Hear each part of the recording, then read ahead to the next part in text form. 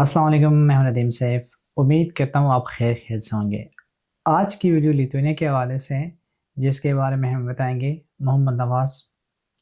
तो सबसे पहले नवाज़, आप अपना तारुफ करवाइएगा। अस्सलाम वालेकुम। मेरा नाम मोहम्मद नवाज़ है। मैं पाकिस्तान ज़िला बडगाम से ताल्लुक़ रखता हूँ और मैं लिथुआनिया में स्टूडेंट हूँ। बैचलर नर्सिंग में पढ़ रहा हूँ। मुझे बताइएगा कि आपने लिथुआनिया का इंतखाब क्यों किया।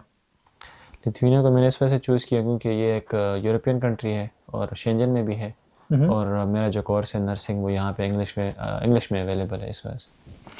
तो आपने यूनिवर्सिटी के लिए अप्लाई कब किया और कौन से इंटेक में। लिथुआनिया में बेसिकली एक इंटेक होता है पब्लिक यूनिवर्सिटीज़ या कॉलेज का, सितंबर इंटेक। तो मैंने उसके लिए अप्लाई किया था क्योंकि मेरी जो यूनिवर्सिटी कॉलेज है वो पब्लिक है। तो उसके लिए आपको दिसंबर से जो है वो स्टार्ट करना पड़ता है। दिसंबर से अगर आप स्टार्ट कर लेते हैं प्रोसेस तो आप इजीली अपना प्रोसेस कैरी कर सकते हैं। मतलब आप मार्च या अप्रैल तक आप अपना डिसीजन वगैरह ले सकते हैं। तो यूनिवर्सिटी में एडमिशन अप्लाई करने के लिए कौन कौन से डॉक्यूमेंट्स की रिक्वायरमेंट होती है। मैट्रिक और एफएससी की जो डीएमसी और सर्टिफिकेट्स हैं ये आपको चाहिए होंगे, जो कि अटेस्टेड चाहिए होते हैं। आईबीसीसी और मोफा से आपको उसको अटेस्ट करना पड़ता है। और इसके अलावा आपका पासपोर्ट और आपके रिकमेंडेशन लेटर्स वगैरह या इंग्लिश प्रोफिशिएंसी लेटर हमारे टाइम पे चल जाता था, लेकिन अभी जो है आपको आइट्स या पीटी या ब्रिटिश काउंसिल टेस्ट वगैरह देना पड़ता है, या यूनिवर्सिटी आपको एक टेस्ट कंडक्ट करती है खुद, तो आपको वो फिर पास करना होता है। क्या हमें डॉक्यूमेंट्स हार्ड फॉर्म में भी सेंड करने पड़ते हैं या ऑनलाइन सब कुछ हो जाता है। जैसे कि कुछ टाइम पहले कुछ डॉक्यूमेंट्स हमें कोरियर करवाने पड़ते थे, फिर उसके बाद उसकी वेरिफिकेशन वगैरह होती थी और उसके बाद फिर हमें एडमिशन दिया जाता था। हमारे टाइम पे एडमिशन लेना तो बहुत इजी था। जिस तरह मैं आपको अपनी बात बताऊं तो मुझे विद इन 14 डेज़ मुझे ऑफ़र लेटर मिल गया था। लेकिन फिर जब मैं स्टक हुआ था वो मैं फिर माइग्रेस के लिए स्टक हो गया था। माइग्रेस के लिए उस टाइम पे रिक्वायरमेंट थी कि आपको पुलिस कैरेक्टर सर्टिफिकेट जो है वो आपको यहाँ से लीगलाइज़ करना पड़ता था पोलैंड एम्बेसी से।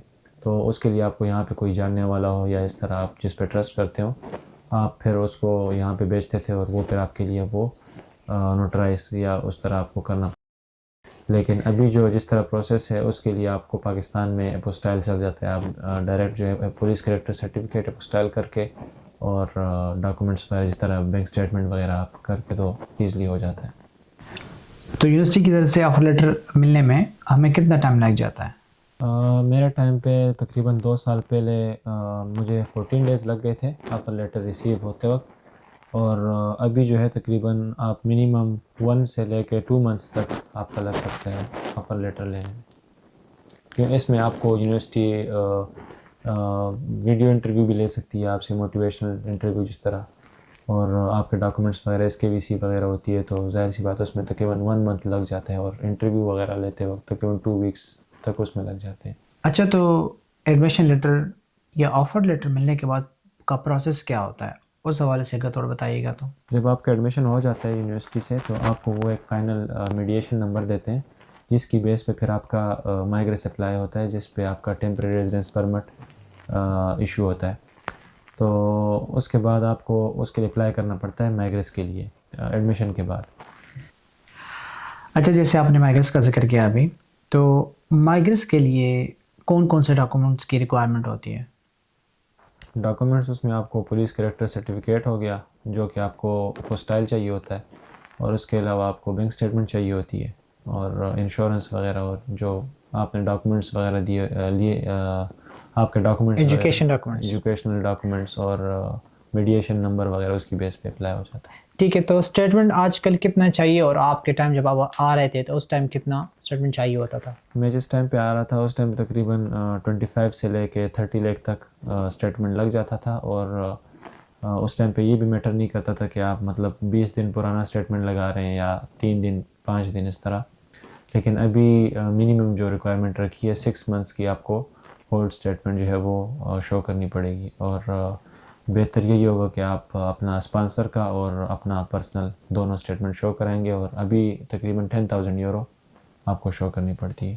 तो माइग्रेस का प्रोसेस यानी टीआरपी या वीज़ा का जो प्रोसेस होता है तो उसमें कितना टाइम लग जाता हमारे है। टाइम में इतना रश नहीं था। उस टाइम पे तकरीबन 1 मंथ के अंदर अंदर डिसीजन मेड हो जाता था। और मिनिमम जो वो था टाइम वो 2 मंथ्स था, अभी इन्होंने बढ़ा के 3 मंथ्स कर दिए। ऐसा भी होता है ना कि कभी-कभी जो इमिग्रेशन प्रोसेस होता है या वीज़ा प्रोसेस जो होता है वो थोड़ा लेंथी और थोड़ा स्ट्रेसफुल हो जाता है। तो आपके लिए आपने किन-किन चैलेंजेस का सामना किया जब आपने माइग्रेस के लिए अप्लाई किया? नहीं, इनका सिस्टम जो है साथ-साथ अपडेट होता रहता है। जिस तरह मैंने आपको बताया कि मेरा जो प्रोसेस था यूनिवर्सिटी का वो तो बहुत ईज़िली हो गया था, 14 डेज़ के अंदर मुझे ऑफ़र लेटर मिल गया था। उसके बाद माइग्रेस भी मेरा हो गया था, लेकिन उसमें माइग्रेस में जिस तरह मैंने आपको पुलिस कैरेक्टर सर्टिफ़िकेट का बताया कि वो पोलैंड एम्बेसी से लीगलाइज़ करना पड़ता था, जो कि अभी इस वक्त एपोस्टाइल के बेस पे हो जाता है। पाकिस्तान में आप ईज़िली वो कर सकते हैं, पुलिस कैरेक्टर सर्टिफिकेट अपोस्टाइल करके आप माइग्रेस अप्लाई कर सकते हैं। और उसके अलावा जो दूसरा चैलेंजिंग था हमारे लिए हमारे टाइम पे वो था अपॉइंटमेंट का इशू, क्योंकि बहुत ज़्यादा स्टूडेंट होते थे और सेंटर जो होता था वो अपनी मर्ज़ी से आप सिलेक्ट कर सकते हैं, तो उस पे जो है फिर अपॉइंटमेंट नहीं मिलती थी। वीज़ा प्रोसेस या टीआरपी के लिए हम पहले अप्लाई करते थे तो हम किसी और कंट्री जाते थे।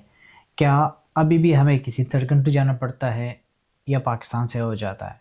प्रोसेस वही सेम है, आपको थर्ड कंट्री जाना पड़ेगा, लेकिन जो अपॉइंटमेंट का वो था मतलब जिस तरह वीएफएस के थ्रू अप्लाई करना होता है, तो वो अभी माइग्रेस के वेबसाइट के ऊपर आपको मिल जाएगा। मतलब आपको अपॉइंटमेंट भी माइग्रेस की तरफ से ही बुक करनी पड़ती है। पहले जो है वो आपको अलग से अपॉइंटमेंट लेनी पड़ती थी, जिसमें वो फिर अपॉइंटमेंट मिलती नहीं थी और स्टूडेंट जो है उसमें काफ़ी स्ट्रगल करता था। माइग्रेस हो गया, टीआरपी मिल गई, आप लिथुआनिया आ गए, तो उसके बाद का प्रोसेस क्या होता है और क्या करना चाहिए? सबसे पहले जब आप आते हैं स्टार्ट में, तो आपको यूनिवर्सिटी का कॉन्ट्रैक्ट आपने साइन करना होता है यूनिवर्सिटी के साथ, स्टडी कॉन्ट्रैक्ट जिसको बोलते हैं। और उसके बाद आपका अगर यूनिवर्सिटी के साथ आपका डॉर्म है तो आप उसमें भी वो ले सकते हैं अपना एकोमोडेशन का, और अगर नहीं है तो फिर आपको सेल्फ भी कर सकते हैं आप। और उसके अलावा आपको माइग्रेस में जो ऑप्शन आता है कि डिक्लेयर करना होता है विद इन 1 मंथ आपकी रेजिडेंस डिक्लेरेशन, तो वो भी आपको डिक्लेयर करनी पड़ती है, जो कि आपके लिए बैंक और अपना यहाँ पे जो भी आप डेली लाइफ में काम करते हैं उसमें आपके लिए वो काम आता है। अच्छा, स्टडीज़ के हवाले से अगर हम बात करें तो मुझे ये बताइए कि यहाँ पर स्टडीज़ कैसे होती है? जिस तरह मैं नर्सिंग पढ़ रहा हूँ बैचलर, तो पाकिस्तान में थोड़ा सा ये मुश्किल है क्योंकि वहाँ पे थ्योरी का ज़्यादा है और यहाँ पे जो मैं पढ़ रहा हूँ यहाँ पे ज़्यादातर प्रैक्टिकल है, तो प्रैक्टिकल थोड़ा आसान है। और उसके अलावा यहाँ पे 50% जो है आपको असाइनमेंट्स के ऊपर वो करते हैं और 50% आपको फाइनल एग्ज़ाम देना पड़ता है, जो कि बहुत ईजी है। ज़रा अपना भी एक्सपीरियंस बताइए कि आपके लिथुआनिया कैसा रहा?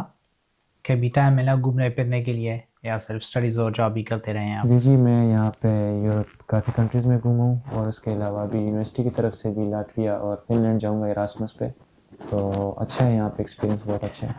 एक बहुत ही इम्पोर्टेंट और बहुत ही कॉमन क्वेश्चन जो कि बहुत ही ज़्यादा पूछा जाता है, वो ये कि क्या एक स्टूडेंट स्टडीज़ के साथ जॉब कर सकता है? जॉब के लिए यहाँ पे स्टडी के साथ स्टूडेंट को तो फ्लेक्सिबल आवर्स चाहिए होंगे, तो डेफ़िनेटली आपको बोल्ट और वोल्ट जिस तरह डिलीवरी का वो स्टूडेंट ज़्यादातर यहाँ पे डिलीवरी का काम करते हैं, जो कि फ्लेक्सिबल भी है। लेकिन अभी आजकल के हवाले से जो है यहाँ पे लोकल गवर्नमेंट की तरफ से जो रूल इम्प्लीमेंट हुआ है कि आपको A1 मिनिमम चाहिए होगा, तो उसके लिए आपको फिर लैंग्वेज की थोड़ी सी रिक्वायरमेंट जो है वो फेस करनी पड़ेगी।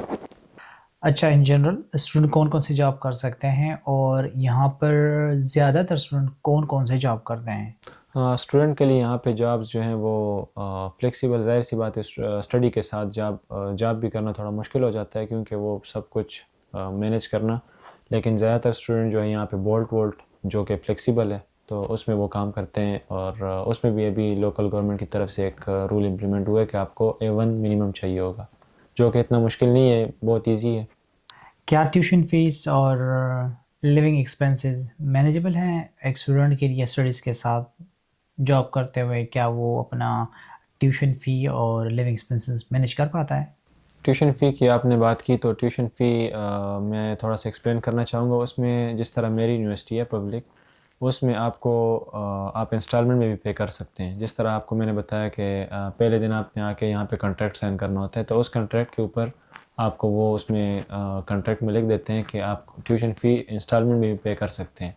तो वो आपके ऊपर डिपेंड होता है, अगर आप फुल अमाउंट पे नहीं कर सकते तो आप इंस्टॉलमेंट में भी पे कर सकते हैं। और उसके अलावा आपने बात की कि पॉकेट मनी और सेविंग्स वगैरह की, तो हाँ यहाँ पे स्टूडेंट के ऊपर वो भी डिपेंड करता है, लेकिन ईज़िली हो जाते हैं वो भी।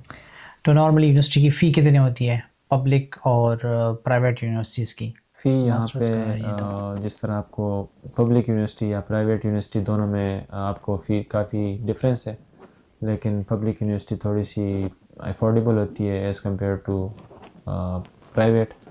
तो तकरीबन 3000 से लेके आजकल तकरीबन 3000 से लेके 4000 तक फ़ी होती है पर ईयर की 2 सेमेस्टर्स। अच्छा, आने वाले स्टूडेंट जिनका एडमिशन हो गया है और जो अभी अपना प्रोसेस स्टार्ट करेंगे, उनके लिए कोई टिप, कोई एडवाइस, कोई रिकमेंडेशन?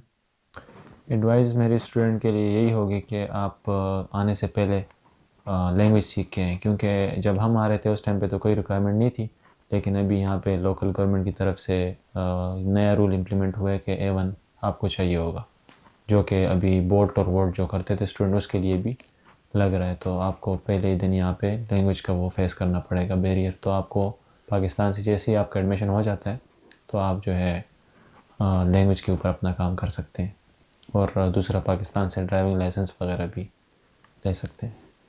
आज की वीडियो में बस इतना ही। और नवाज़ भाई, थैंक यू सो मच कि आपने हमें टाइम दिया। आपकी वजह से ये वीडियो मुमकिन हो पाई। Thank you so much. और आपका अगर कोई क्वेश्चन हो तो आप कमेंट डाउन कर सकते हैं। अपना ढेर सारा ख्याल रखिएगा। अल्लाह हाफ़िज़।